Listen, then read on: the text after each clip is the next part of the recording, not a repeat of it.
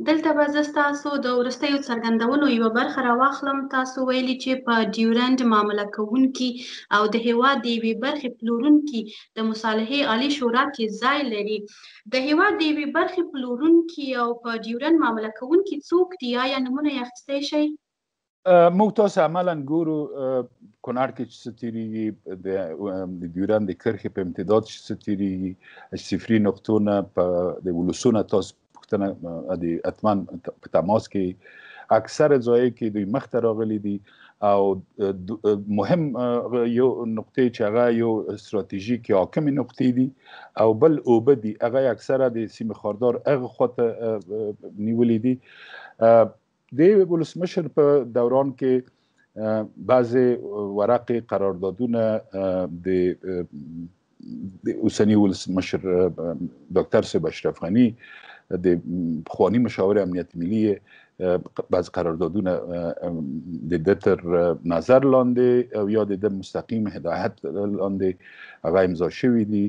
بارډر منیجمنت په نامه چې هغه د سیمې خاردار هغه د پهغې کې اضافه دروازې چې پخوانۍ نه اضافه شوي دي هغه شامل دي، مثلا سیمې خاردار شامل دی. د اوس چوپه خوله پاتې کېدل د حکومت دغه معنا ورکوي.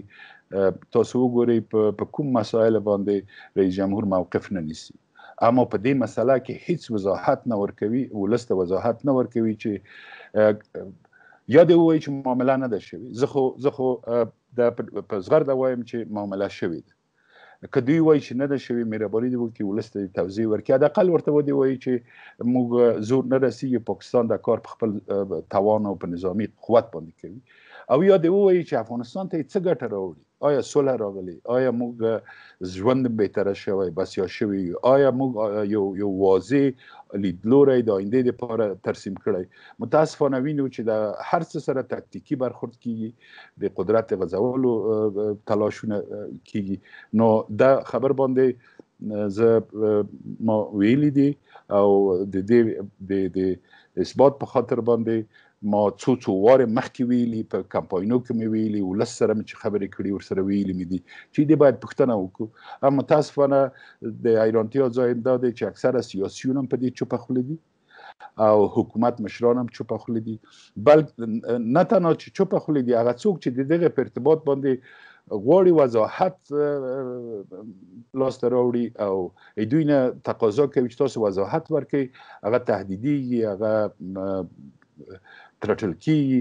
نو په دې کې د افغانستان ولس سره به انشاءالله موږ نورم مشورې کوو. دا باید وضاحت ورکړل شي، دا باید آینده نسلو ته دغه ناورین پاتې نشي چې موږ څو کاله کې څو لسیزې کې په همدغه نامه باندې د افغانستان کې مشکلات ډیر شوي دي او موږ قرباني ورکړي. دا وضاحت باید دوی ورکړي چې څه ګټه افغانستان ته لاسته راوړي، آیا شخصي ګټه یا د یو ټیم ګټه ده او که دا د افغانستان د ولسونو ګټه ده. چیرې د افغانستان د ولسونو ته قناعت ورکړي شي چې دا د افغانستان د ولس په ګټه ده، هغې ګټې پسې بیا باید د افغانستان ولس ودرېږي. اما دا که دوی هغه خپل شخصي روابط چې د بعضو بیروني کړۍ سره لري دغه د دې باعث شوي وي، دا بیا نو جفا ده، خیانت دی او په دې کې باید دوی جوابګوي وي.